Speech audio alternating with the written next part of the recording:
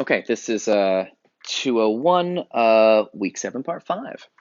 Um, so the guard says, "Do not attempt to enter here without my permission," says the guard. "I am very powerful, yet I am the least of all the guards. From hall to hall, door after door, each guard is more powerful than the last." By the guard's permission, the man sits down by the side of the door, and there he waits. For years, he waits. That is the kind of thing that makes it seem like a children's story.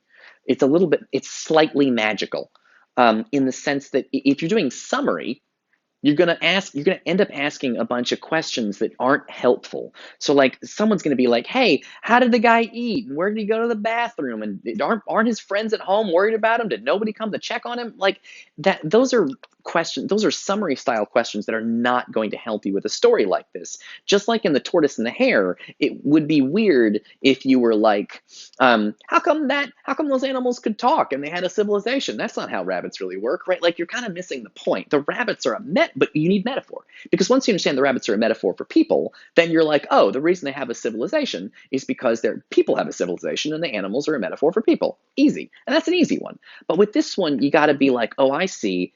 Once he ends up sitting there waiting, he wastes his whole life sitting there waiting to get into this building.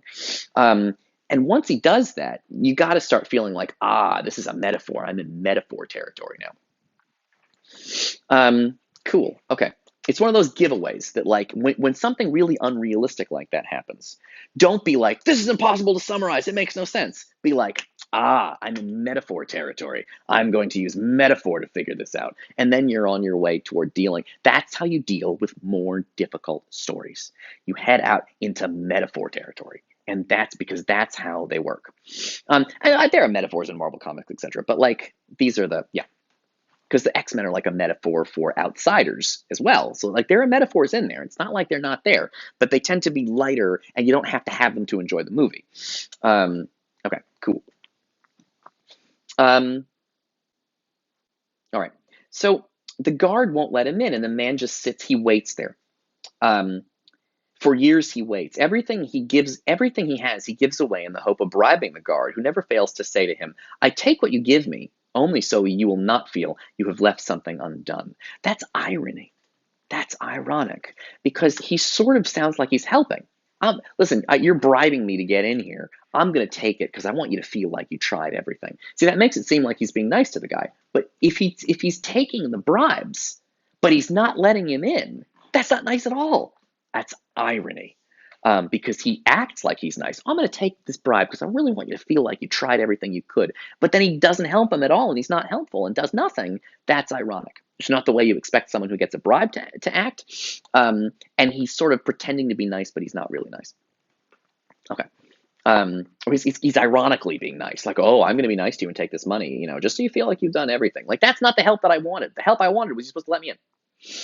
Um, Keeping his watch during the long years, the man has come to know even the fleas in the guard's fur collar, and growing childish in old age, he begs the very fleas to persuade the guard to change his mind and allow him to enter. This is very sad, right?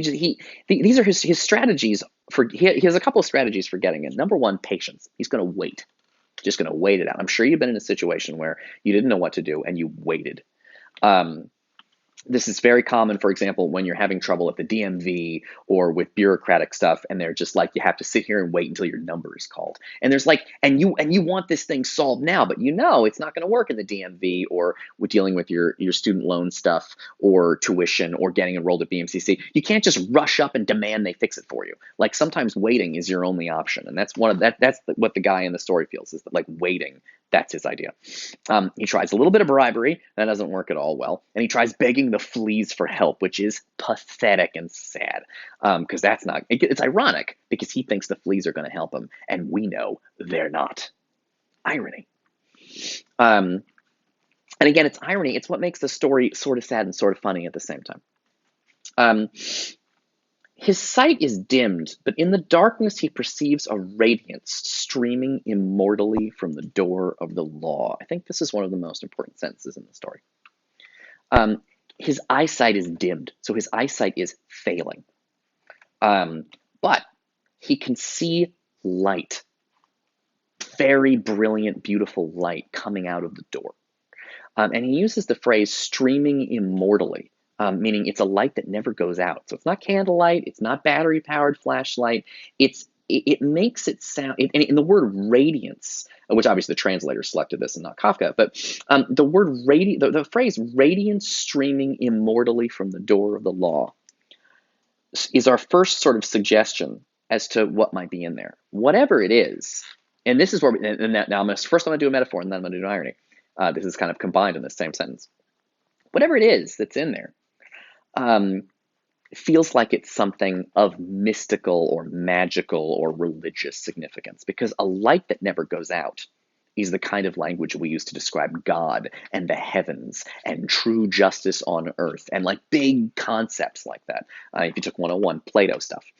Because I taught this philosopher who believed that truth and beauty and goodness and justice, like we have versions of it down here, but in heaven there's like perfect versions of those things that are flawless, and that are the and that are they're the eternal versions of that stuff. So when something is beautiful down here, it's because it's connected to perfect, true heavenly beauty, and we get like a janky earthly version of it.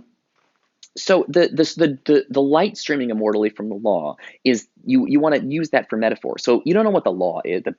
There's a building called the law. What is it? You don't know what it is. But the fact that there's something immortal there means it's some kind of, it's not just like a law book that contains jaywalking laws.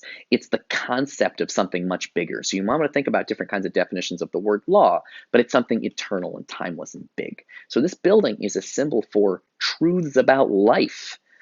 So maybe these are the laws that should govern how you live your life. Maybe these are heavenly laws about how mortals should act to be good people and get into heaven, right? Or maybe it's just like the concept of heavenly justice itself. It's something big. But there's an irony. This is why you got to pay attention to details. The beginning of the sentence, it says, his sight is dimmed, but in the darkness he perceives a radiance streaming immortally from the door of the law. That's ironic. He sees the radiance streaming from the he sees the radiance streaming from the door of the law, but he sees it at the moment his eyesight is failing, which means he may be hallucinating, because we know his eyes aren't working anymore. So it kind of complicates. This is one of those things that Kafka says that complicates things, because on the one hand, I feel like he just told me there's something massively important in that building of heavenly significance. But also in the same sentence, that's metaphor. But also in the same sentence, because there's no such place as this streaming beautiful light. It's a metaphor for something. But in the same sentence, he tells me the guy's eyesight is dimmed and he's having trouble seeing. So he sort of gives and takes away. He sort of gives us information and then he takes the information back. So it's hard to grasp what. It splits the room, because if you were standing next to the guy, do you think you'd be seeing this beautiful heavenly streaming radiance coming from the door of the law? I don't know. Maybe you would, maybe you wouldn't. But this is what makes the story hard to interpret, because there's really no way to know. You're going to have to kind of decide for yourself what you think is going on in this thing. Cool. Okay, this is going pretty good. Yeah. This is what Kafka does. He gives you information and then he takes it away, and it leaves you to be like, what's going on? But again, that makes your mind work and stretch and grow. Okay, cool. All right. Actually, I'm going to pick this up in the next video.